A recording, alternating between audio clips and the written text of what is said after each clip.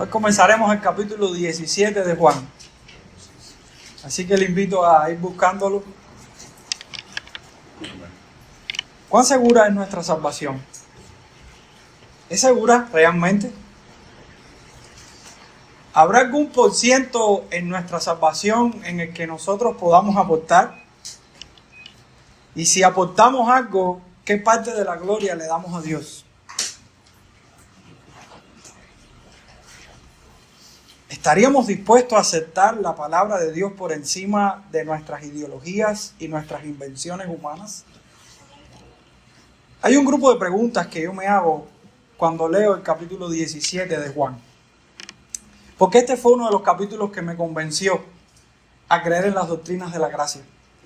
En mi lucha y en mi inquietud, cuando estaba buscando respuestas a mis muchas preguntas, este capítulo impactó mi alma porque me enseñó que nuestro Dios es el autor, el dueño de nuestra salvación, el cual nos salva, el cual nos atrae a Él, el cual nos sostiene, el cual nos lleva hasta el final, el cual nos tiene en sus manos, el cual nos llega en todos los sentidos a su gloria.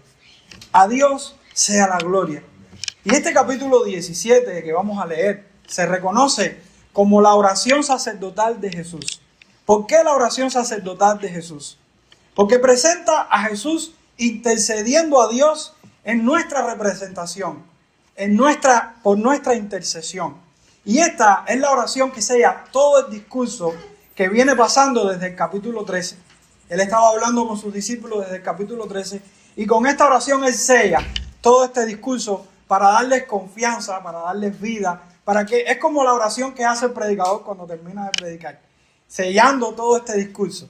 Ahora, en el capítulo 17, como es un capítulo largo, lo voy a tratar de dividir en 3 mensajes. Y hay 3 temáticas fundamentales en este capítulo.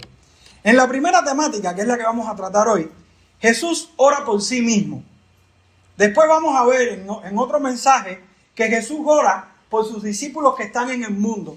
Y después el capítulo termina, o sea, la oración larga de Jesús termina orando por los discípulos que vendrán a Él en un futuro.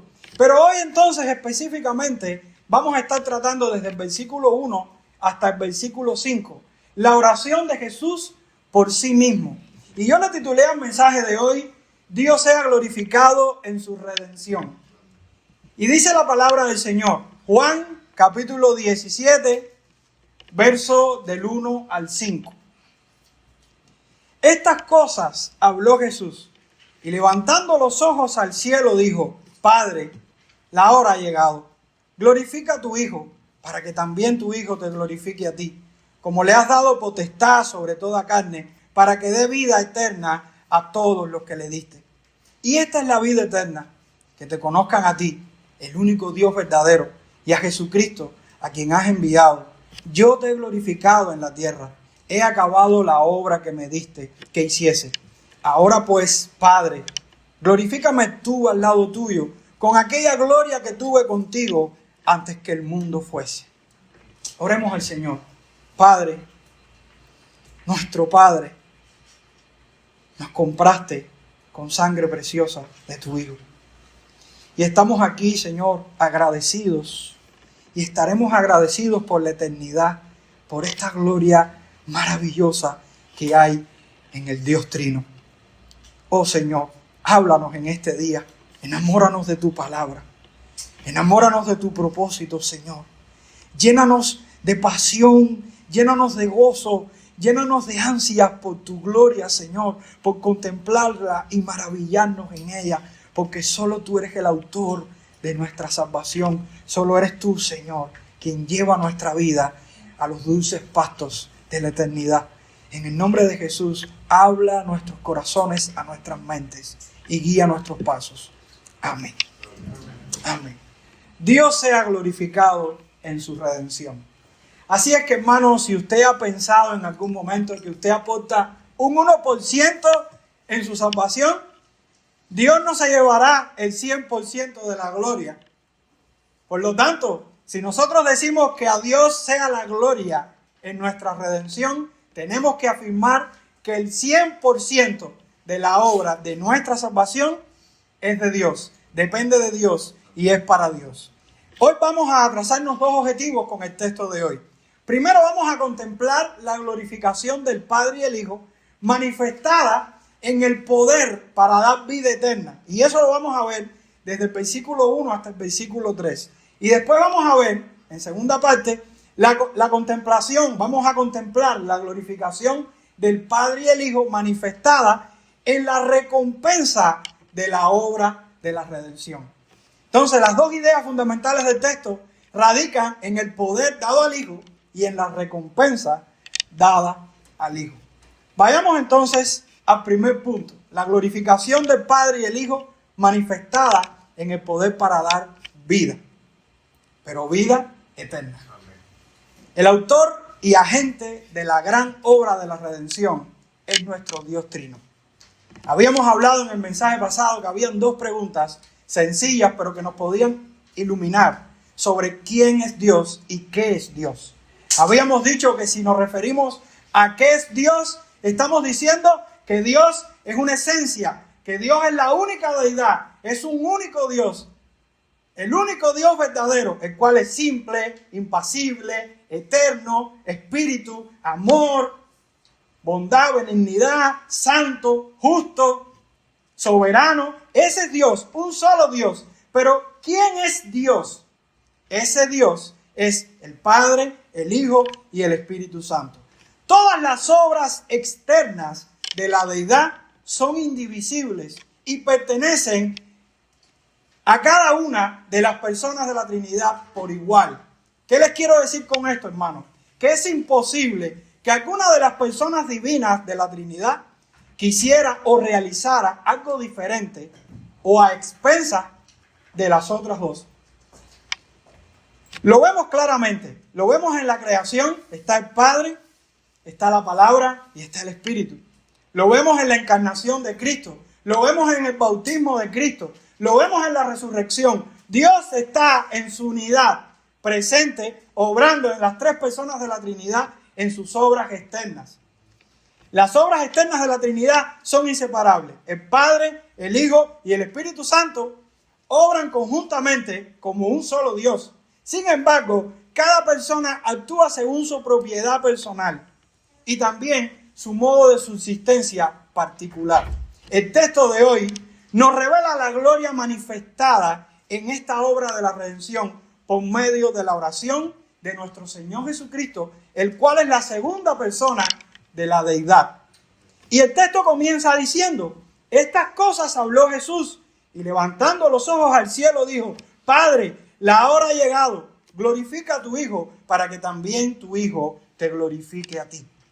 Nuevamente Jesús está haciendo referencia a la hora final. Jesús habla de que la hora ha llegado. Y habíamos visto en mensajes anteriores, habíamos hecho énfasis en mensajes anteriores, que la hora de Cristo era este momento de gran aflicción en el cual él llegaría al punto clímax de su aflicción, que era la cruz. Pero también habíamos recalcado de que la hora de Cristo no solamente se concentra en ese momento de aflicción, porque la hora de Cristo incluye su muerte, su resurrección, su ascensión y también su coronación. Pues es ante la hora de Cristo donde nuestro Dios Trino se exhibe en toda su gloria. Él está glorificado. Jesús ya había sido investido con el poder del Espíritu Santo para ejercer el oficio al que fue destinado. También fue acompañado del respaldo del Padre en el momento del bautismo, cuando el Padre dijo: este es mi Hijo amado en el que tengo complacencia. Ahora Jesús concluirá su trabajo en una total excelencia y lo hará por medio de su sacrificio, por medio de su victoria ante la muerte, por medio de su victoria ante Satanás, por medio de su victoria ante el mundo, ante la carne. Lo hará por medio de su ascensión y lo hará por medio de su coronación. Cristo será exaltado. Y testimonio de esto lo dice Hebreos capítulo 1, versos 3 y 4, cuando él habla de la coronación de gloria y el honor tras el cumplimiento de Cristo en su obra de redención. Hebreos dice así: habiendo efectuado la purificación de nuestros pecados por medio de sí mismo, se sentó a la diestra de la majestad en las alturas, hecho tanto superior a los ángeles, cuanto heredó más excelente nombre que ellos. Pero ¿cuál es el don dado al Hijo? ¿Cuál es su alcance real? ¿Qué autoridad tiene el Hijo para garantizar el éxito de esta obra de redención? El versículo 2 y 3 lo especifican. Dice Jesús: como le has dado potestad sobre toda carne, para que dé vida eterna a todos los que le diste. Y esta es la vida eterna, que te conozcan a ti, el único Dios verdadero, y a Jesucristo, a quien has enviado. Este no es el poder que entrega un superior a un inferior. Este es el poder que encierra la encomienda y el honor que le da el Padre al Hijo para llevar a cabo en su redención. Así lo escogió Dios, así lo prefirió Dios hacer. Así nos salvará a nosotros y nos salvó a nosotros. Y este poder es suficiente para llegar a cualquier ser humano. Pero Dios, en su soberanía, en su sabiduría, en su inteligencia, decidió escoger a un grupo específico. Él puede llegar a cualquier ser humano, pero Él escogió un grupo específico. Como dice el texto: como le has dado potestad sobre toda carne, para que dé vida eterna a todos los que le diste. Testimonio de esto da Pablo en Efesios capítulo 1, versos del 3 al 5, cuando ora de esta manera: bendito sea el Dios y Padre de nuestro Señor Jesucristo, que nos bendijo con toda bendición espiritual en los lugares celestiales en Cristo, según nos escogió en Él antes de la fundación del mundo, para que fuésemos santos y sin mancha delante de Él en amor, habiéndonos predestinados para ser adoptados hijos suyos por medio de Jesucristo, según el puro afecto de su voluntad. El Dios soberano, el que no tiene que contar con nadie, el que hace las cosas según su beneplácito, su sabiduría, su santidad, su justicia, escogió del mundo a un grupo específico para salvarlo por medio de Cristo, al cual le dio el poder para que ellos vinieran a Él, permanecieran en Él y llegaran hasta el final. Nuestra salvación no depende de nosotros. Nuestra salvación depende de Dios. Cuando nosotros vamos al mismo Evangelio Juan, y yo le invito a que lo busque conmigo, en el capítulo 6, se da testimonio de este poder dado al Hijo. Este poder suficiente que garantiza que todos los que el Padre le dio al Hijo vendrán y permanecerán en Él. En el capítulo 6, el verso 37, Jesús dice: todo lo que el Padre me da, vendrá a mí. Y al que a mí viene, no le echo fuera. Hay una garantía de que todos los que el Padre le dio al Hijo, vendrán a Él. Y una vez que vengan a Él, no serán alejados de Él. Pero también el versículo 39 dice: esta es la voluntad del Padre, el que me envió, que de todo lo que me diere, no pierda yo nada, sino que lo resucite en el día postrero. Ninguno de los que están en el Hijo se perderá. Y cuando vamos a un versículo 44, en el mismo capítulo 6, dice: ninguno puede venir a mí si el Padre que me envió no le trajere, y yo le resucitaré en el día postrero. Hay una garantía total de que las palabras de Cristo se cumplirán, porque a Cristo se le ha dado el poder para dar vida y sostener a aquellos que el Padre escogió desde la eternidad. La realidad es que el hombre caído, el hombre muerto en sus delitos y pecados, depende absolutamente de que un Dios soberano y todopoderoso le pueda rescatar. Abundan los textos en la Escritura donde dice que nosotros no amamos a Dios, no queremos a Dios, no buscamos a Dios, no tenemos temor de Dios, vivimos en nuestros pecados, vivimos muertos y no lo amamos. Primera de Corintios capítulo 2, versos del 10 al 14, nos enseña que el hombre natural no recibe las cosas del Espíritu. Hebreos 4:12 nos enseña que es Dios quien penetra en lo más íntimo del ser. Hechos capítulo 16, verso 14, el Señor fue quien abrió el corazón de Lidia. Deuteronomio 36 declara que Dios es quien circuncida el corazón. Y Ezequiel capítulo 11 afirma que Dios es quien da el corazón nuevo. Entonces, a un hombre muerto, a un hombre caído, a un hombre perdido, nada lo puede salvar, ni Él mismo, solamente el Dios todopoderoso que puede llenar nuestros corazones. Y es por eso que ante el error arminiano En el concilio de Dort, en los cánones de Dort, se afirma esta siguiente verdad respecto a esto.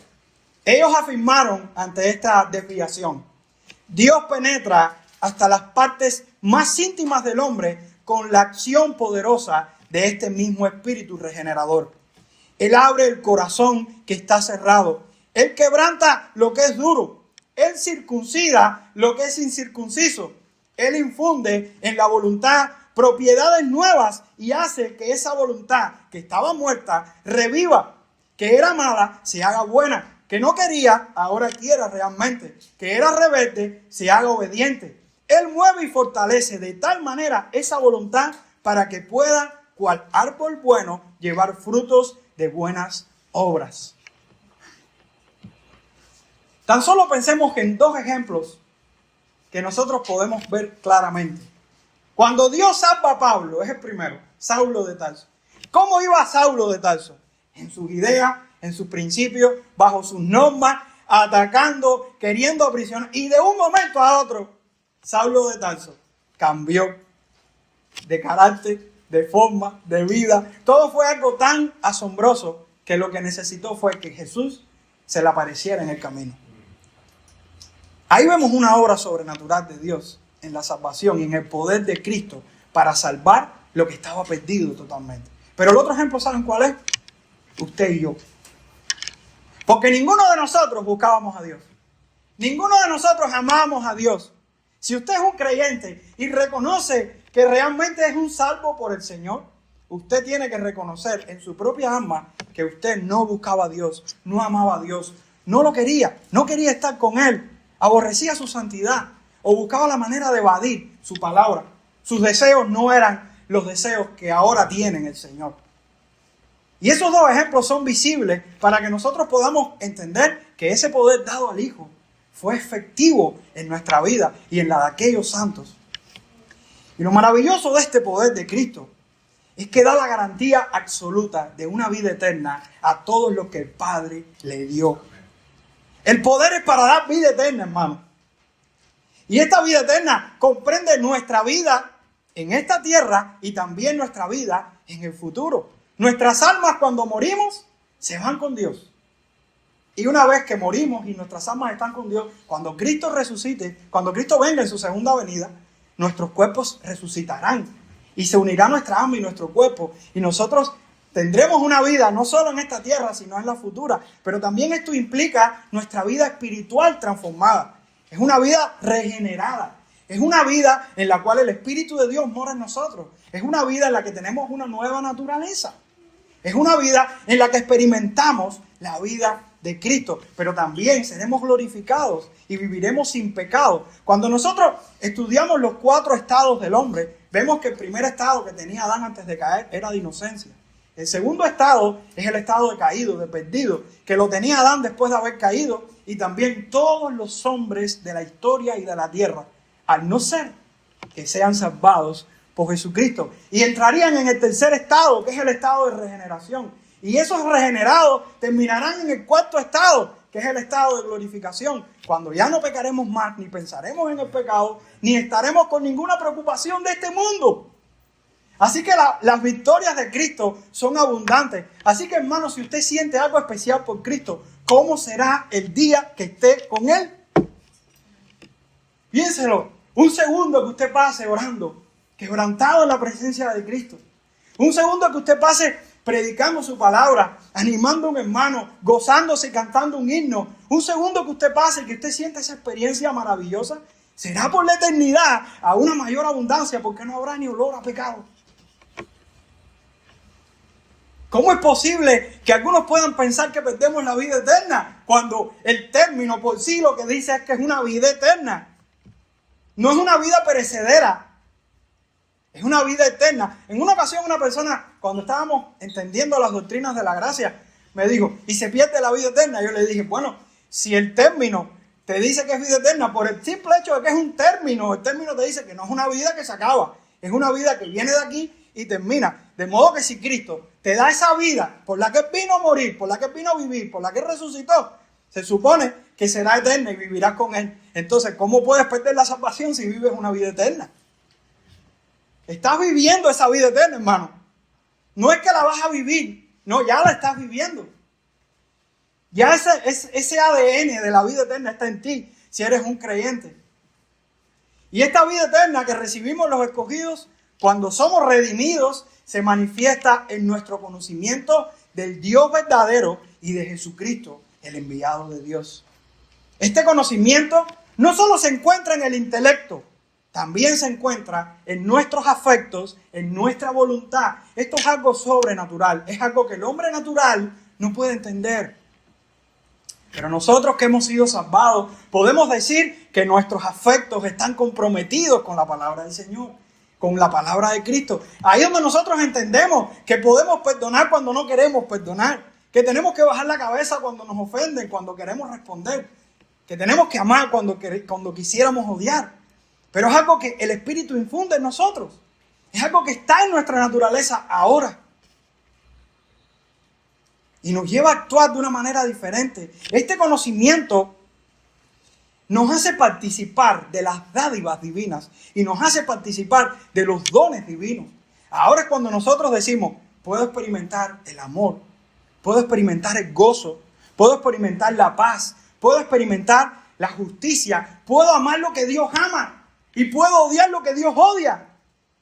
Ahora es cuando yo me puedo poner de parte de los que están en contra del aborto, cuando yo estaba a favor del aborto. Ahora es cuando yo me pongo de parte de los que creen que los homosexuales o los fornicarios o los adúlteros no entrarán al reino de los cielos. Ahora yo entiendo por qué Dios lo dice y estoy de su lado, no del lado de los contrarios. Ahora es cuando yo me doy cuenta de que no camino por la línea del peligro, sino que me alejo lo más posible porque amo a Dios y amo su palabra. Eso es vivir una vida regenerada. Eso es vivir una vida en el conocimiento del Dios verdadero y de Jesucristo, al que el Padre envió a este mundo para salvar al mundo. Debemos conocer al Dios verdadero, pero también debemos conocer al Dios verdadero por medio de Jesucristo. Porque lo que implica que el Dios verdadero sea creído es que Cristo es el enviado de Dios. Por eso están las dos palabras juntas. El Dios verdadero y Cristo el enviado. Este conocimiento ahora nos hace conocer esta verdad. Una vez dijo Riley, ¿conocemos a Dios y a Cristo correctamente? Eso es lo que debemos considerar. Y un Dios conocido sin Cristo es un fuego consumidor que no hará más que llenarnos de temor. Si conocemos a Dios sin Cristo, no le valoraremos en su justa medida. La cruz y la pasión no tendrán sentido alguno para nosotros. La vida eterna consiste en conocer a Dios y a Cristo correctamente. Conocer a Dios sin Cristo, dice Newton, es no conocerle de forma salvadora. Y si pudiéramos aplicar este primer punto del mensaje, tuviéramos que decir que el Dios verdadero no es producto de la imaginación humana. El Dios verdadero no es producto de lo que querramos creer o no querramos creer. Es de lo que dice su palabra. Y vivimos en un mundo donde los sentimientos se han exaltado por encima de la razón. Donde los sentimientos se han exaltado y queremos vivir como queremos y sentir lo que sentimos y creer lo que sentimos. Pero no es cuestión de lo que usted piense o no, de lo que usted sienta o no. Es cuestión de lo que dice Dios en su palabra, el cual se nos ha revelado en su palabra infalible, inmutable, y nos ha dado a conocer quién es Él y cómo se nos muestra. Y ahora pudiera venir a mi mente muchos pensamientos, pero Señor, si yo hago esto y si yo hago... El Señor es el dueño de la salvación. No querramos ponerle puntos y comas a lo que Dios dijo, porque Él tiene la palabra final. Y el peligro de la posición arminiana, wesleyana, pelagiana, semipelagiana, humanista, universalista, es que hacen del hombre parte de esta salvación. Algunos lo ponen en la mayor, otros en la menor y otros en la más chiquita. Pero al final, el hombre no aporta nada con relación a la salvación. De Dios es toda la gloria de la redención del hombre. Juan nos está presentando esta verdad, porque el Padre da un pueblo al Hijo. El Hijo recibe autoridad sobre toda carne y esa autoridad tiene como propósito dar vida eterna a todos aquellos que el Padre le dio. Y por este primer punto podemos decir que el Padre glorifica al Hijo dándole autoridad sobre toda carne. Y el Hijo glorifica al Padre ejerciendo esa autoridad para dar vida eterna a todos los que el Padre le dio. ¿Y cómo podemos ver el proceso por el cual el Hijo ejerce esta autoridad para dar vida? Y ese proceso lo vemos en los otros versículos, en el segundo punto del mensaje. La glorificación del Padre y el Hijo manifestada en la recompensa de la obra que el Hijo vino a cumplir. El versículo 4 dice, Jesús le dice al Padre, yo te he glorificado en la tierra. He acabado la obra que me diste que hiciese. La obra de Cristo fue establecida, fue acordada, fue ordenada en el pacto de redención desde antes de los tiempos. Como dice Primera de Pedro, que ya Cristo estaba destinado desde antes de la fundación del mundo. El pacto de redención es ese acuerdo eterno donde el Padre encomienda al Hijo para salvar un pueblo. El Hijo asume la responsabilidad de cumplir esa obra y el Espíritu aplica esa obra en aquellos que han de ser salvos. Esa obra del Dios Trino. Y en este pacto, el Padre espera que el Hijo se convierta en un Salvador que sufre, que experimenta todas las aflicciones de ese pueblo escogido por Él. El Hijo tiene que sufrir. Cuando nosotros vamos a Isaías capítulo 63, versos 8 y 9, dice la palabra, porque dijo, ciertamente mi pueblo son hijos que no mienten, y fue su Salvador. En toda angustia de ellos, Él fue angustiado, y el ángel de su faz los salvó. En su amor y en su clemencia los redimió, y los trajo, y los levantó todos los días de la antigüedad. Aquí estamos viendo un testimonio de lo que sucede en el pacto de redención. Pero el Hijo no estará solo en su sufrimiento, porque el Padre estará con Él. El Padre que le ama no le abandonará. Por eso Owen decía, el Padre se comprometió a que cuando el Hijo asumiera esta gran obra de redención, no le faltará apoyo en las pruebas, fortaleza frente a las adversidades, ánimo ante las tentaciones y gran consuelo en medio de los terrores que pudieran ser necesarios o requeridos para guiarle a través de todas las dificultades hasta el fin de tan importante labor. Pero también en este pacto de redención, no solo el Padre lleva al Hijo a la aflicción, sino también que el Padre se compromete en recompensar al Hijo y hacerlo con éxito después de que Él logre su obra. Lo hará y lo glorificará después de cargar esta aflicción por sus elegidos. Una visión muy clara de este pacto de redención la vemos en Isaías, en el capítulo 53, pero los versos del 10 al 12. Y los versos del 10 al 12 muestran el establecimiento soberano de Dios, el cumplimiento del siervo, la garantía del Padre en el Hijo y también la recompensa del Hijo cuando haga su obra. Fíjense lo que dice Isaías 53 del 10 al 12. Con todo eso, Jehová quiso quebrantarlo, sujetándole a padecimiento. Cuando haya puesto su vida en expiación por el pecado, verá linaje y vivirá por largos días, y la voluntad de Jehová será en su mano prosperada. Verá el fruto de la aflicción de su alma y quedará satisfecho. Por su conocimiento justificará a mi siervo justo a muchos y llevará las iniquidades de ellos. Por tanto, yo le daré parte con los grandes y con los fuertes repartirá despojos, por cuanto derramó su vida hasta la muerte y fue contado con los pecadores, habiendo él llevado el pecado de muchos y orado por los transgresores. Por este texto de Isaías, vemos cómo el Padre soberanamente establece la obra de sufrimiento del siervo. Después vemos cómo el siervo cumple voluntariamente la obra de entregar su vida en expiación por el pecador. Después vemos cómo el Padre garantiza el fruto del siervo, donde verá linaje y la voluntad de Dios prosperará en su mano. Y después veremos al final cómo este siervo recibe recompensa y exaltación después de su sufrimiento cuando vino a esta tierra. Esto está anunciado muchos años antes de que llegara Jesús, porque Isaías nos está mostrando lo que Dios planificó desde la eternidad. para que tú y yo gozáramos hoy. Y esta glorificación del Hijo se pone en marcha una vez que el Hijo es encarnado. Y lo vemos claramente a través de su obediencia activa y su obediencia pasiva.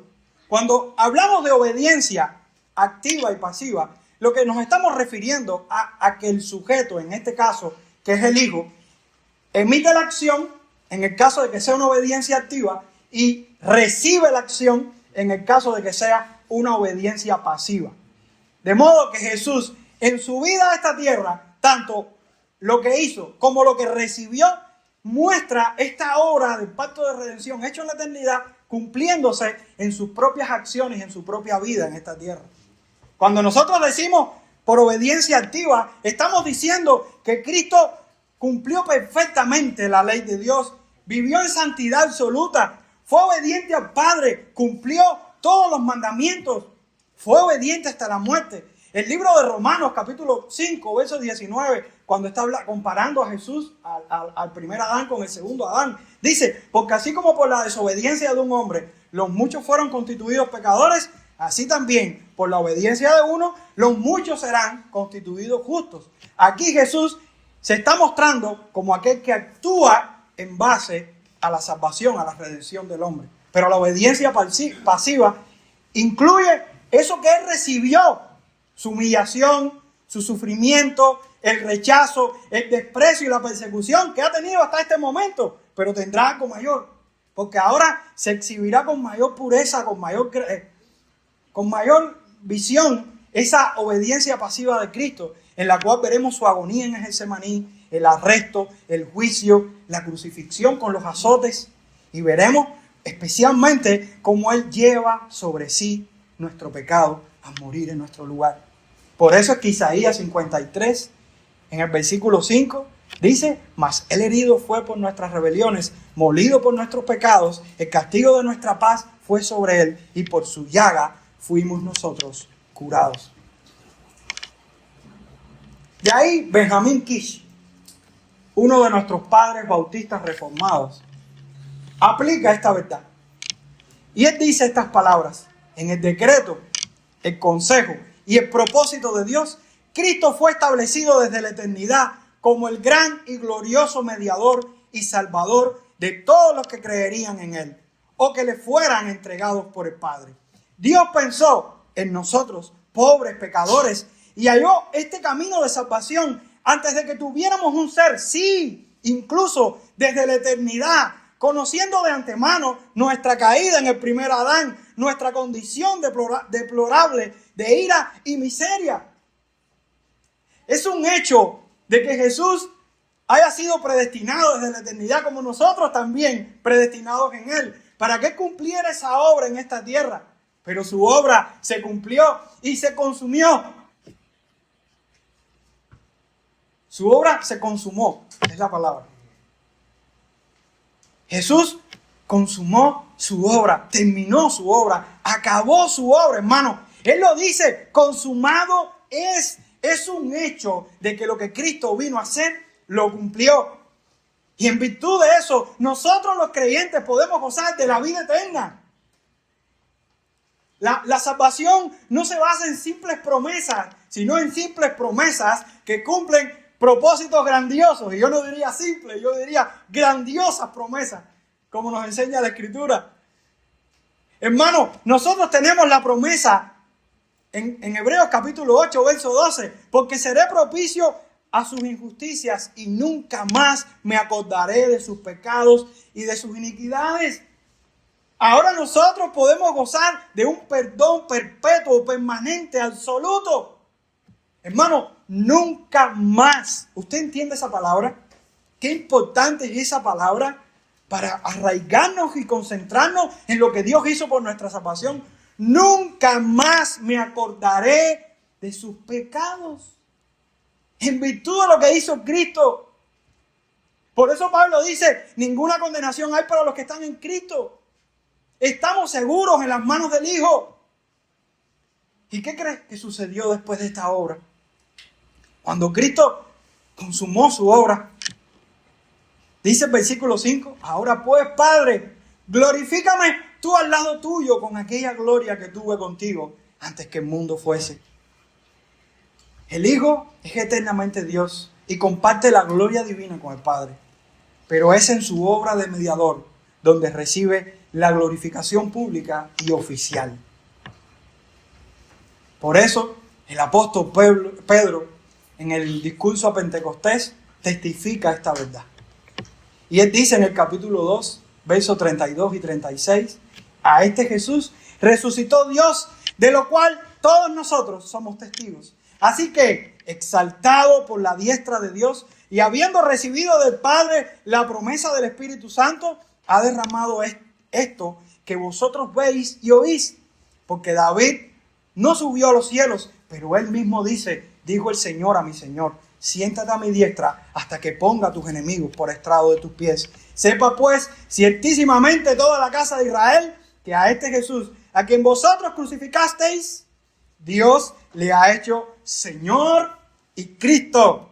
La gloria es para Dios. Y si nosotros vemos todo este plan que empieza en la eternidad y termina en la eternidad, no termina, porque es eterno. Es un plan eterno, hermano. Es un plan en el que nosotros estamos cimentados. Nuestra salvación depende de Dios y está asegurada por Dios. Nosotros tuviéramos que estar constantemente agradecidos al Señor. ¿Y cómo es posible que alguien pueda ver esta verdad y no se rinda ante el Señor? Y no venga arrepentido ante el Señor. No venga suplicando por el amor de Dios. Porque el simple hecho de que usted tenga fe, de que usted esté escuchando la palabra del Señor, es que Dios te está dando la oportunidad de creer y aceptar este plan. Un plan que el impío escucha y lo deja pasar, pero un plan que el escogido escucha y se quebranta ante tal verdad. Lo que para uno es desperdicio, para nosotros es la vida, las joyas preciosas de la palabra del Señor. Hermano, qué maravilloso es poder deleitarnos en lo que Dios hizo por nosotros. Y hay una oferta gratuita para ti si no conoces al Señor. Y es una oferta que fue pagada a muy alto precio, porque la salvación no nos cuesta nada a nosotros, pero le costó la vida a Jesucristo. Le costó la humillación a Jesucristo. Y Dios no dará por inocente a aquel que desprecie la muerte y ese sacrificio que hizo Cristo. Porque esta es una oportunidad de salvación, pero al mismo tiempo es una condenación para el hombre que no acepta esta verdad. Por eso es tan urgente que cada corazón medite en cómo está su relación con Dios y cuán realmente soy yo cristiano.